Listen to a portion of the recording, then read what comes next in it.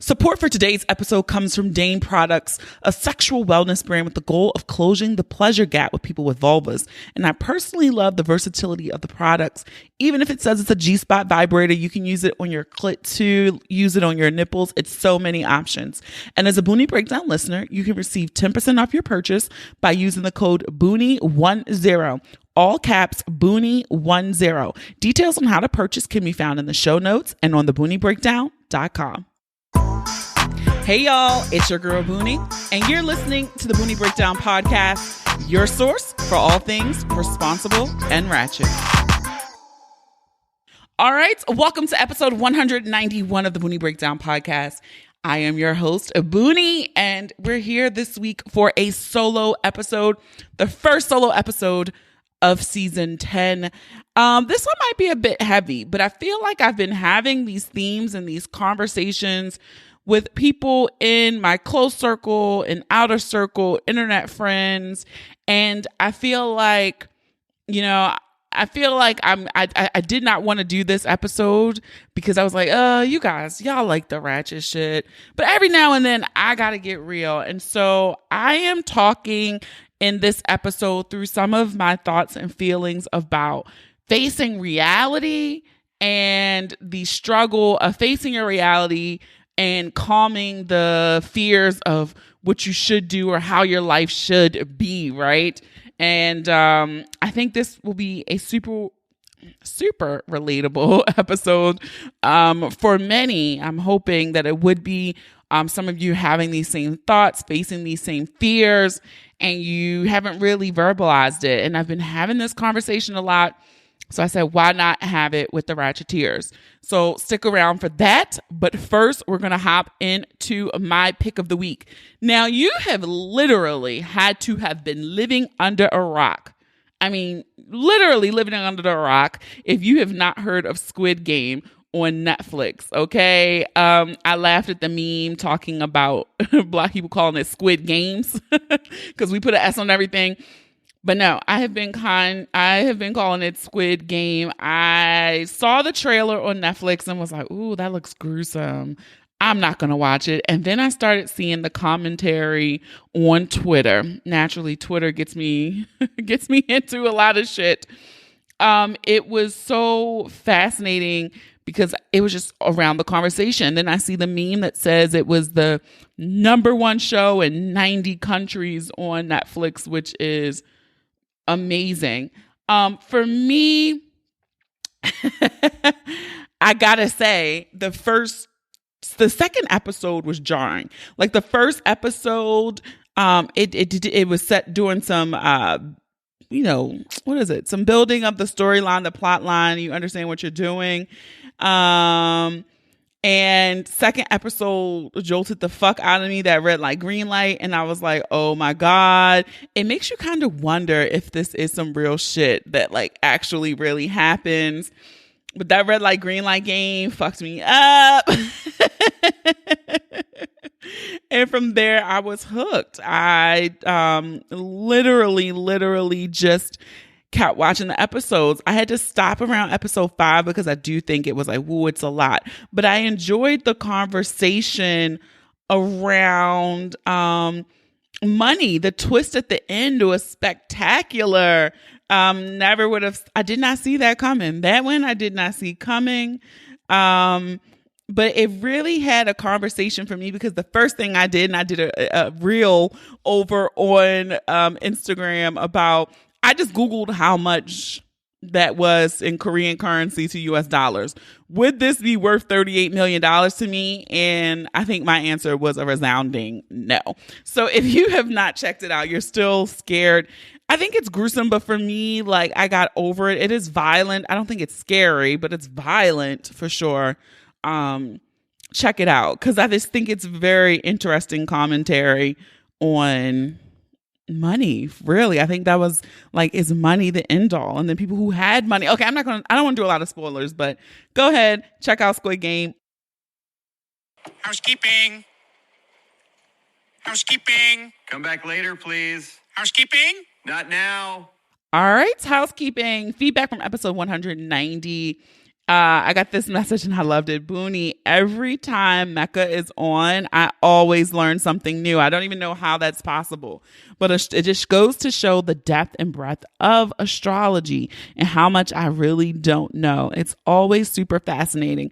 And I love the conversation that you and Mecca had around astrology and manifestation. Very interesting food for thought indeed. So I want to thank you guys. If you have not listened to last week's episode, it was Mercury Did What Now with our favorite astrologer, Mecca Woods. This is her 6th appearance on the Boonie Breakdown. So please head back to last week's episode and check it out. All right, we got to do some Patreon shout outs. We have some new members join Patreon gang. Shout out to Tiffany. Shout out to Samia.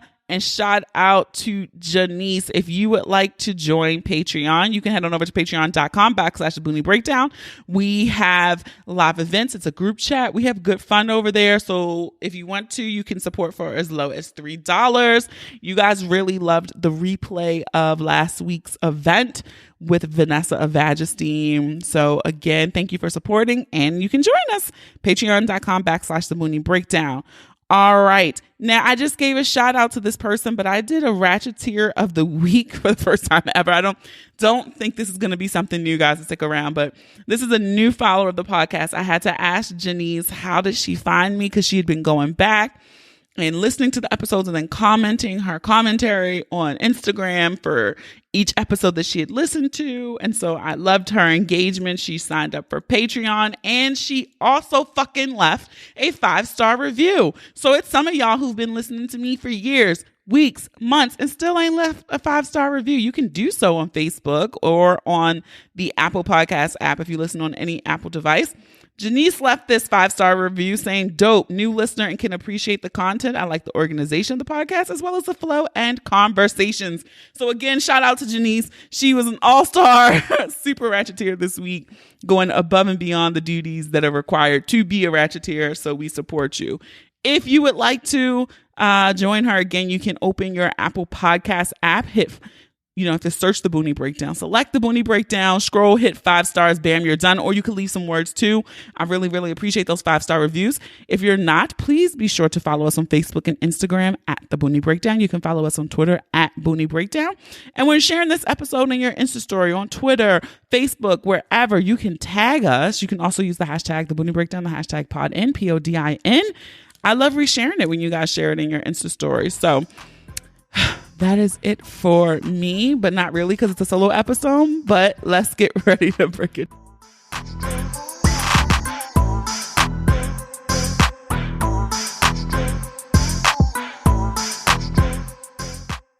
All right. I was not going to record this episode, and I have to shout out the homie Takia, Dr. Takia of Getting Grown podcast. We were having a chat the other day, maybe like a couple weeks ago, over in DM, and we were discussing kind of some, growing pains of getting older. You have aging parents, definitely aging grandparents and elder care, and we were talking about those responsibilities and just how much it is and how heavy it is and how no one prepares you for it. And I had made the comment to Dr. Kia that I wanted to record an episode on it, but I didn't think my audience would be receptive. And she told me, don't count your audience out, give them credit. We're all going through this and no one's talking about it. So I said, you know what? We haven't done a solo episode yet for season 10. Gear up the microphone. Let's go. I have some notes to help me not ramble, because it's hard when you record a solo episode. There's no conversational aspect of dialogue. So I'm very aware of that. And I don't want people to listen and get bored and swipe away, because I really do want you to connect with what I'm saying, that you hopefully feel like I'm not alone in this. Someone else feels the same way. Someone else is going through this, and it's a lot. And then I said, okay, I had that conversation with Dr. Kia. Then I'm talking to one of my line sisters, and we had a very similar conversation talking about the weight of, of what your reality is. and not falling into the traps of what you should do, how life should be. Then I'm talking to one of my best friends, and she writes to me and says, shout out to Jazzo. And she says, listen, I've had this conversation with myself about judging and denying myself things I want. I do that shit too much, worried about what others are going to think about my choices. Fuck it. I work hard, I make money, and I'm going to do whatever the fuck I want. And so I have a lot of points, and I'm going to try to weave them all together, because getting older and living life, there is no blueprint, right? And we see all these fucking memes out here of, you know, standing your choices and you get to design the life you want and blah, blah, blah. And I do think we all have the power to live the life that we want to live. However, but there are many outside forces sometimes that get into your brain, and it takes a very resilient and a very strong person who can literally block out all of the noise. Blocking out the noise, the what ifs, the what shoulds, what your friends want from you, what your mama and daddy saying, what grandma gonna say, what auntie gonna say at the Thanksgiving table. It is hard. It is hard to accept and stand by your choices sometimes without second guessing them, right? I do feel like we all can say, I want to live this life. I want to be married. I want to have children. I want to have this job. I want to do this. But sometimes I do feel like we fall and prey to is it really what you want? Or is it what you think you should do? Or what you think you should have?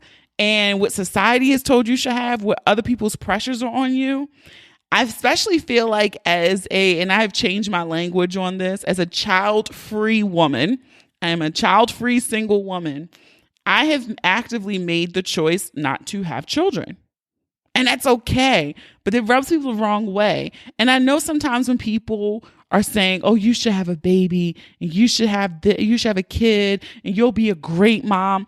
I know they're coming from a place, they're not trying to, harm me. They want me to have what is best. And then sometimes I do feel like there are some people who are telling you to do these things, even though they're fucking miserable, because they want you to be fucking miserable too.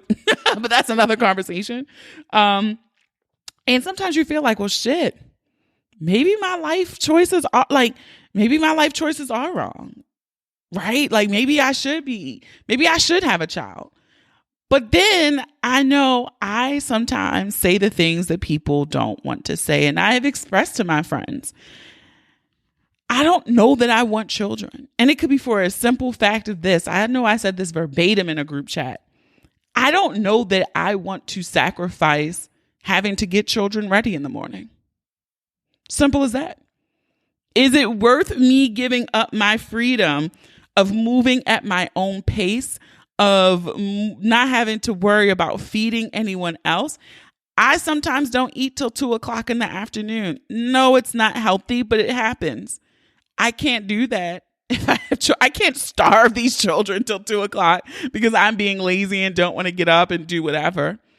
And so I feel like when you say things unapologetically that go against the norm of what you should do, like no one should, like you're judged because you're saying that. I don't know that my life would be better with these children. These children, I don't know. These people, I don't know.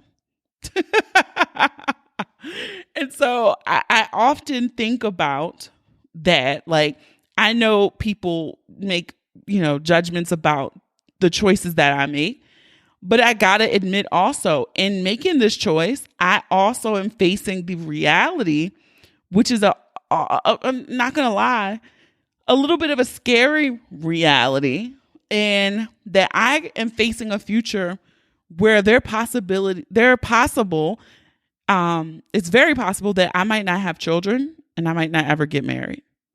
Right. And that's what women are supposed to do. You're supposed to get married. You're supposed to have children.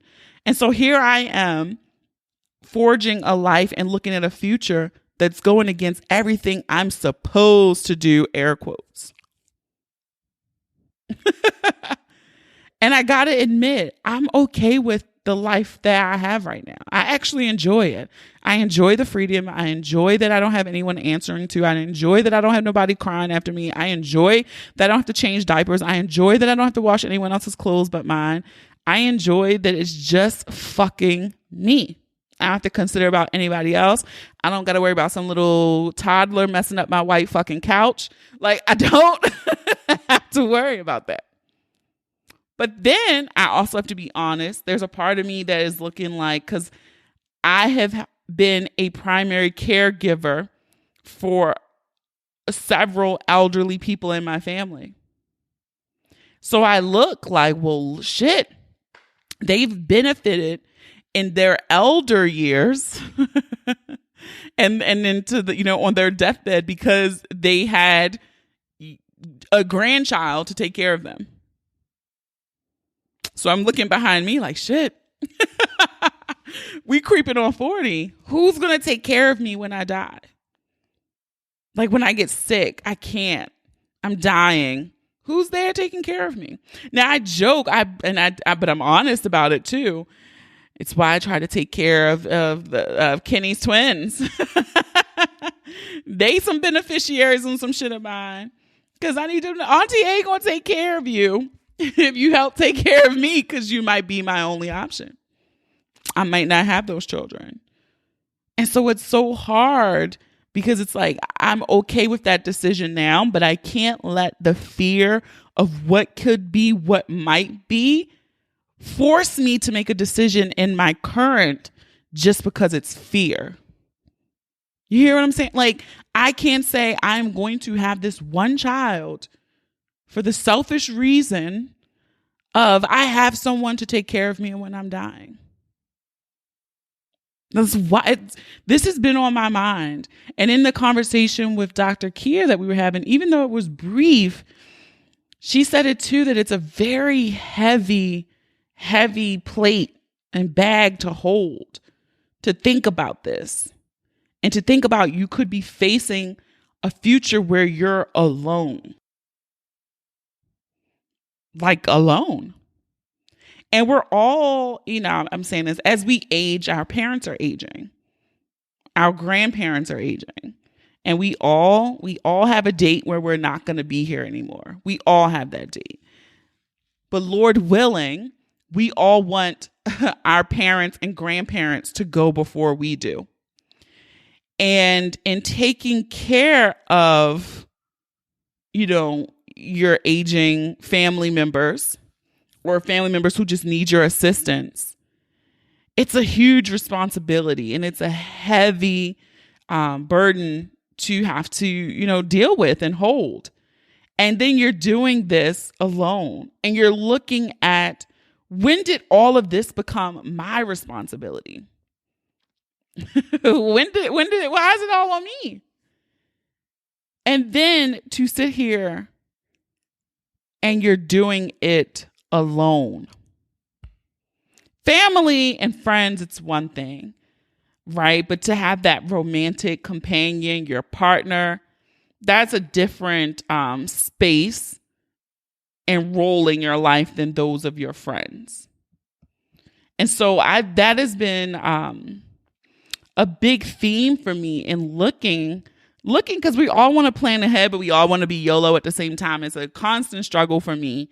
It's a struggle even in terms of, do I buy this Louis Vuitton bag or do I put money in my 401k?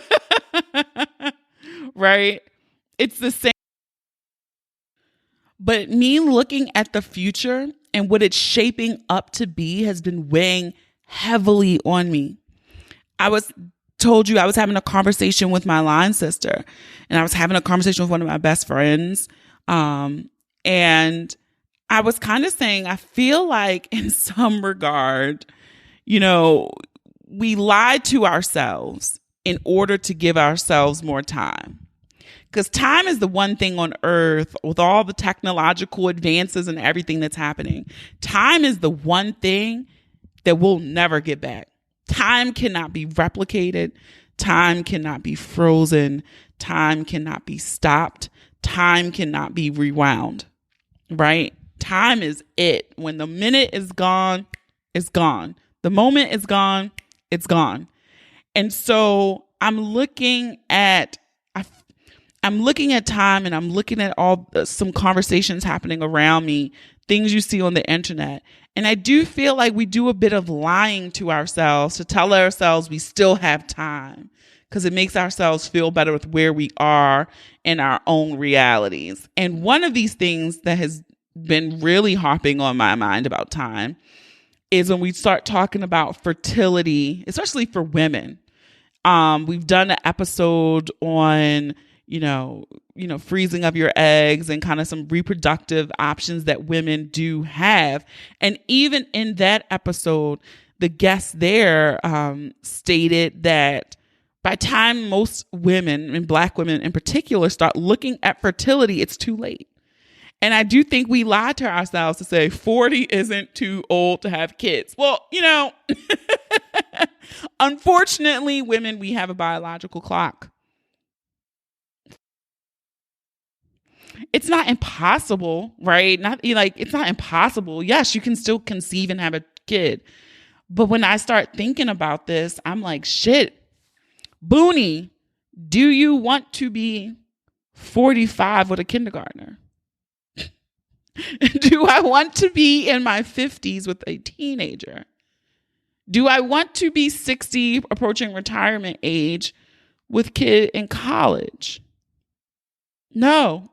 And the answer for me is no. So when I walk through those questions, it helps me, and I'm saying this for me, it helps me accept that. It helps me accept my decision that I am not going to have children past a certain age. Right? And so I think I'm getting a bit freaked because. And so here we are back to what I started this out at. Facing a future that is opposite of everything you should, air quotes, do. Because at a certain point for me, birthing a child, at least, is not an option. Now, I also am understanding that if I wake up at 47 or 48 and was like, fuck, I should have had a baby. I'm also make the caveat, I'm not starting fresh. I'm not birthing a child still, but maybe I can be a foster parent. Maybe I can look into adoption. There are other ways that I can become a mother without biologically birthing a child. And so for me, it's like staying firm in that and accepting that, and to not let the other people who say, oh, you should just have a baby, do this, not seep in, because it's in that fear of being alone and staying child free, letting that fear get into you. Because, man, facing reality, it's hard. I'm not going to lie and say this is easy. It's hard. It's daunting. It triggered my ass to go back to therapy. Because looking at the reality of what my life, what the future, or at least the immediate future, because things can change. I'm not rigid in this also. But to face that reality, it can be daunting. It can be hard. And I think you also have to balance not beating yourself up for feeling disappointed. I'm going to say that again. Don't beat yourself up for feeling disappointed. Yes, we all had plans of how you thought life should be, what life you wanted. But you can't mope and you can't complain if you're not doing anything about it to change it. But it also is helpful to face your reality. You got to face it. And I think our expectations and what should be, they create significant amounts of stress when it does not match up with reality. And so we slip into a depression, we slip into a funk, we slip into a mood. And then you open your phone and you're swiping and you seeing all this bullshit that ain't real. I constantly remind myself that social media ain't real, because most people don't share the worst. They only share what's acceptable, what's going to get them a lot of likes when they want to stunt on niggas and all that shit. And so you're mismatching It's a mismatch comparison. You're trying to compare your reality to this bullshit that's on social media because people are happy, air quotes. And we don't know what the fuck was going on in people's lives. So I think as I'm saying this and I'm talking this out, I had like bullet point notes, but no like script. You have to really savor what you have. You have to have gratitude for the things you have in life. And it is okay to want more. It's okay to want more. It's still okay to want all the things you want. But you damn sure have to enjoy the life you're living and the one you have to appreciate what you have. Because how are you going to get more if you don't even like what you got right now? We want to expand upon the joy in our life. We want to expand upon what we have in our life. So if you're thankful and appreciative of what you have, or you don't like what you're having, you're working to get what you have, you still have to be grateful because you want to expound on that joy of what you have. Don't beat yourself up for feeling disappointed. You can't compare yourselves to others who may have less, who may have more. You don't know. But let's just work to not compare at all. Because the only person that you really have to compete with, the only person that you really are living for is you. It's not your mama. It's not your best friend. It's not your sister. It's not your daddy. It's not your husband. It's not your wife. It is you.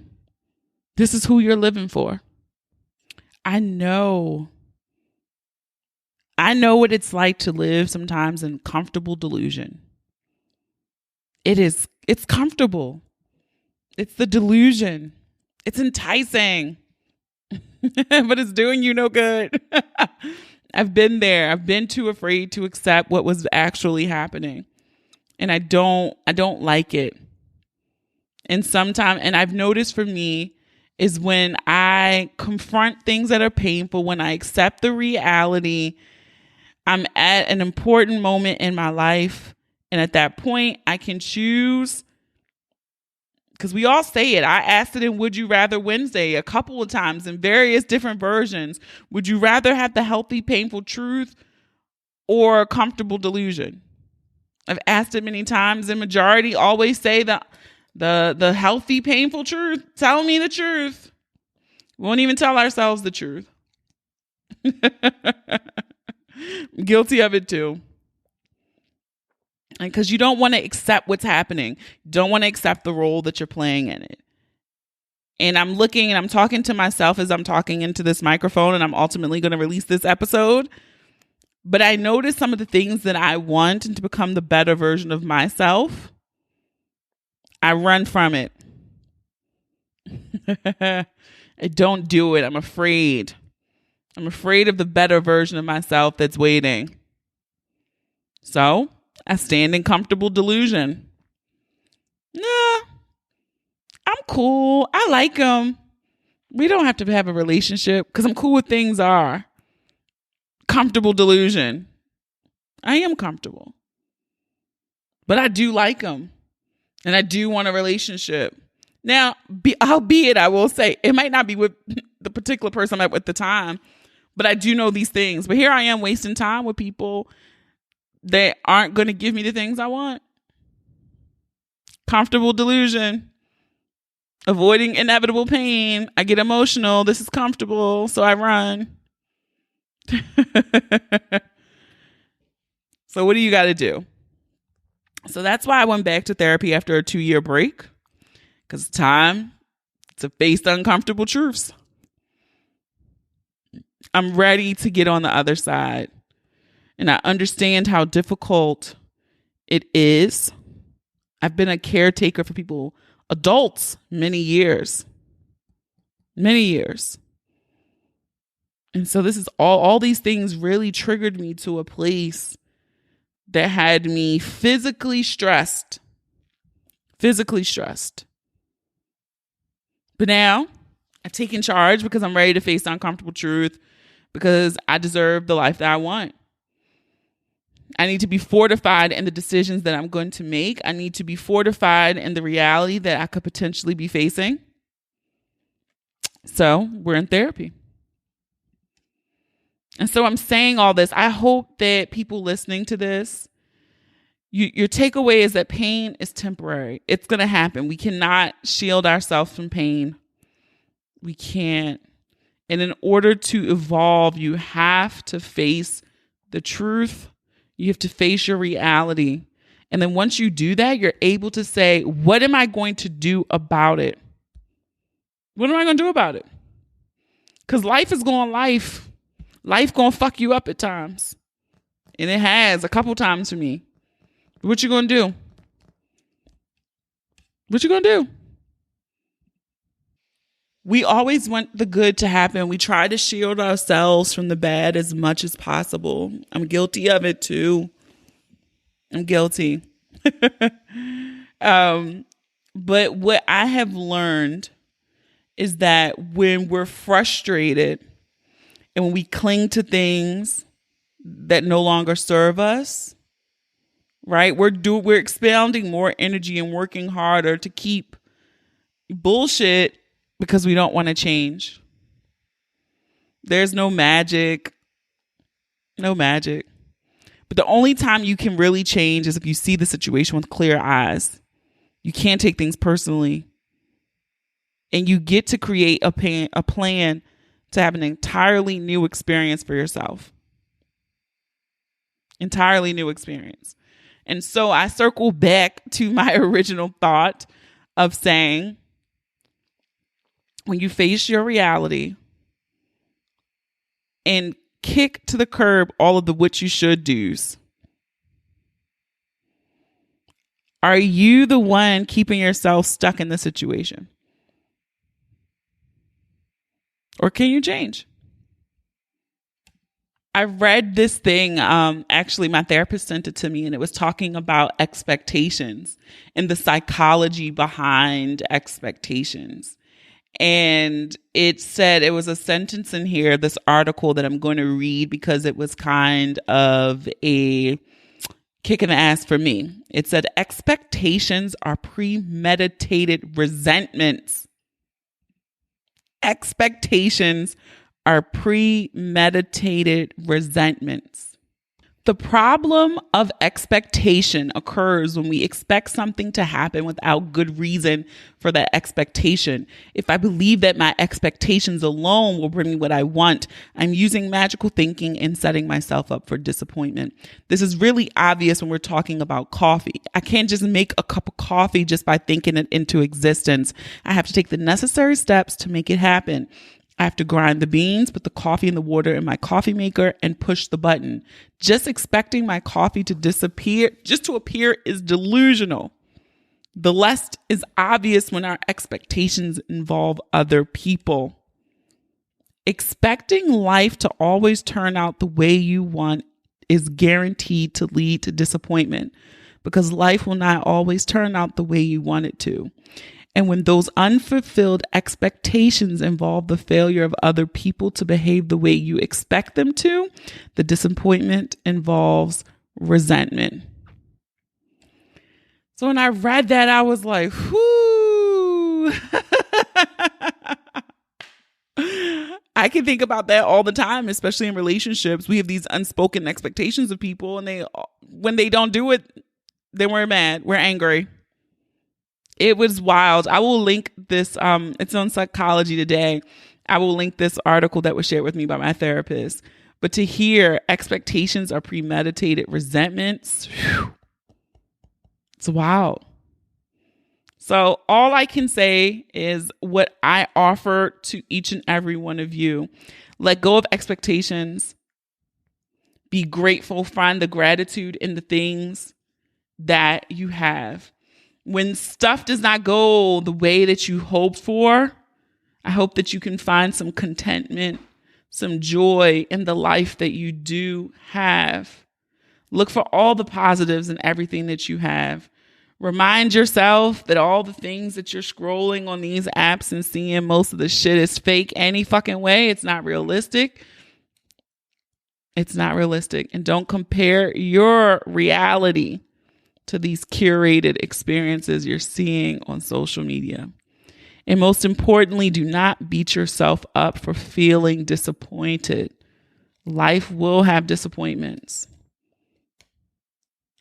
But always remember that you have the power to face your reality and craft a life that you love. You do. Stand firm in it. And my mantra for everything, fuck it. Just fuck it. Don't let the disappointments keep you down, but just learn to accept yourself, your life, and your reality. There's no right reality. It's just your reality. Just accept it. Live in it. Live in it. And I do want to be clear that just accepting and facing reality, it's not a right or wrong thing. It's not right or wrong. But if you're just accepting and facing the fact, it helps you get unstuck and make the changes that you need. So to all my dear Ratcheteers and to myself, I close out my little journal entry by saying, do not get caught up in the you're supposed to have done, you're supposed to have, but just work on the reality and the life you are meant to live. Don't let biases blind you to your reality. You can't ignore them. You have to face them head on. Learn, understand them, unpack them, if you will, as they say in therapy, and let them go. Don't get comfortable operating in delusion.